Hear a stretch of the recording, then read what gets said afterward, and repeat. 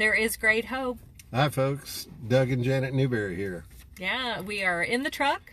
And it's You're almost still buckled dark. up. Yeah. Oh, I am. Let's see. And I couldn't get a ticket. I have my coat on because we're about to run in and grab some dinner. But we wanted to check in with you and tell you a few things that have been going on. Yeah. With the Brave Love podcast. New episode came out today. And if you haven't seen it yet, it's with Zach Maldonado and his girlfriend Grace Kennedy. It's a great conversation about free to fail.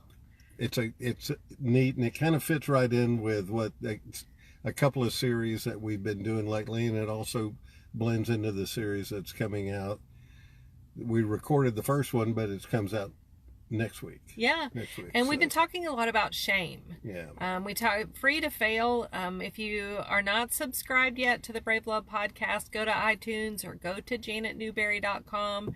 You'll find it pretty easily on either one, the Brave Love podcast. And Zach does a great job of unpacking the freedom to live in grace, and it's just a fun conversation. But we also talked about shame in our sibling rivalry podcast last week, and what impact does shame have on sibling rivalry? And it is somewhat of a theme for us because next week's podcast is called Recognizing Shame. Right. And then to be followed up by Recognizing Love, which is it's the only way out of shame. It fits well in the Brave Love podcast. Yeah, it does. And so when we were in California, and we were 150 miles away from the fire, but we never saw blue skies in California. We woke up in gray. It was heavy smoke every day. Right. Every day. And by day 6, day 8, day 10, this is what we noticed. We noticed that we didn't expect to see blue skies when we woke up and when we walked outside. The gray had become normal to us. And we offered that story because that's often in America, at least, and in our culture, how we experience shame.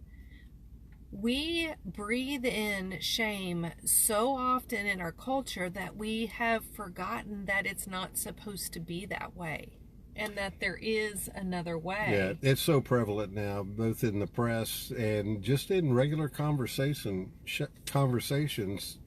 Shame is bannered back and forth like a volleyball. And we don't understand that it's such a destructive force. Yeah.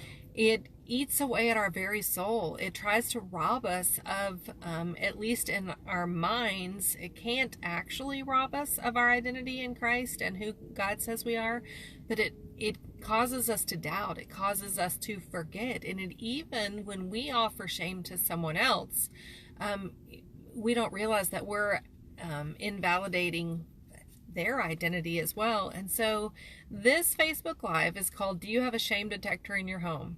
Yeah, I like and this. It refers to this podcast series, this Brave Love topic that we keep talking about, but it also refers to a new free resource that's going to be on janetnewberry.com. I know if you live in America, you have a smoke detector in your home. You probably have a carbon monoxide detector too. Yeah. And you have a smoke detector because what if a fire starts when you're sleeping?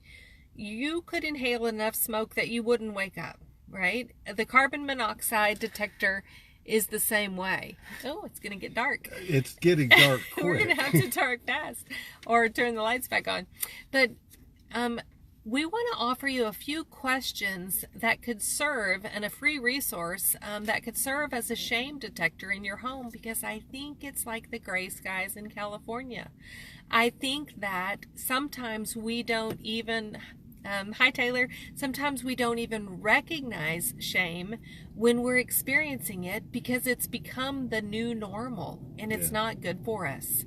So read a couple of questions. Hey Caleb, read a couple of questions, Doug, that would go on this shame detection, which could go on our shame detecting list. Yeah, we're going to run through these pretty quick because I can barely see the paper down. I know you can barely see the screen. But the first one is, do I determine my own goodness compared to other people. In other words, I've got to be smarter than you. I've got to be skinnier. I've got to be richer. I've got to be better, prettier. I've got to be faster. In other words, I just have to be better than you, and that is by putting that takes shame off me and puts it on you. Or do I determine my own goodness compared to a standard? Am I good because I have a good salary? Because I have a good grade point average? Because there's a good number that looks at me when I stand on the scale? Am I good because of my personal best time or my score? Or am I good because of the zip code I live in or the subdivision? Anything that we are determining our goodness on besides our identity in Christ is evidence of shame. And so it fits on our shame detector. Yeah, the last one that we'll do today is, do I determine your goodness compared to other people or a standard as well? If we are determining goodness based on anything besides Christ's goodness, then that's an evidence of shame. That's not the last one. Let's do 11 too. Okay. We're skipping around on this new free resource, but one of the questions is, do I live to avoid? Do I live to avoid punishment? Do I live to avoid risk? Do I live to avoid caring? Do I live to avoid judgment? That's an indication that I'm breathing in shame. I'm trusting shame. Yeah.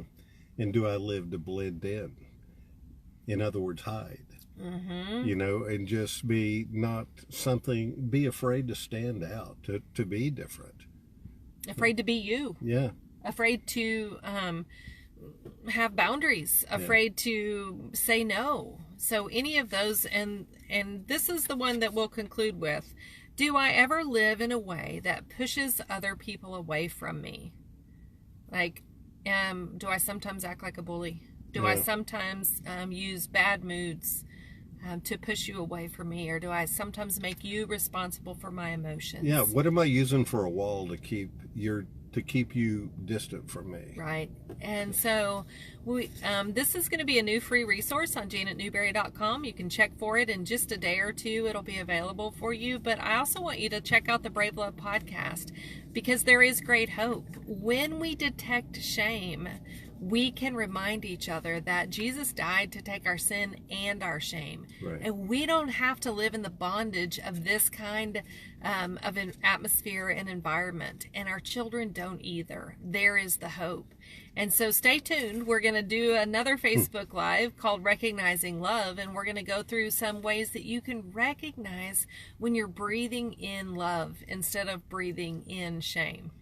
And next week we'll either do this earlier or we'll put candles in the truck. So we'll have some light. Yeah, so I hope you enjoy your dinner. We're going to go enjoy ours. Yeah. And thank you for joining us and sharing this with friends. And check out the Brave Love podcast today. Free to Fail, with a conversation about shame with Zach Maldonado. Right. Have a great week, folks. Good night. Thank you.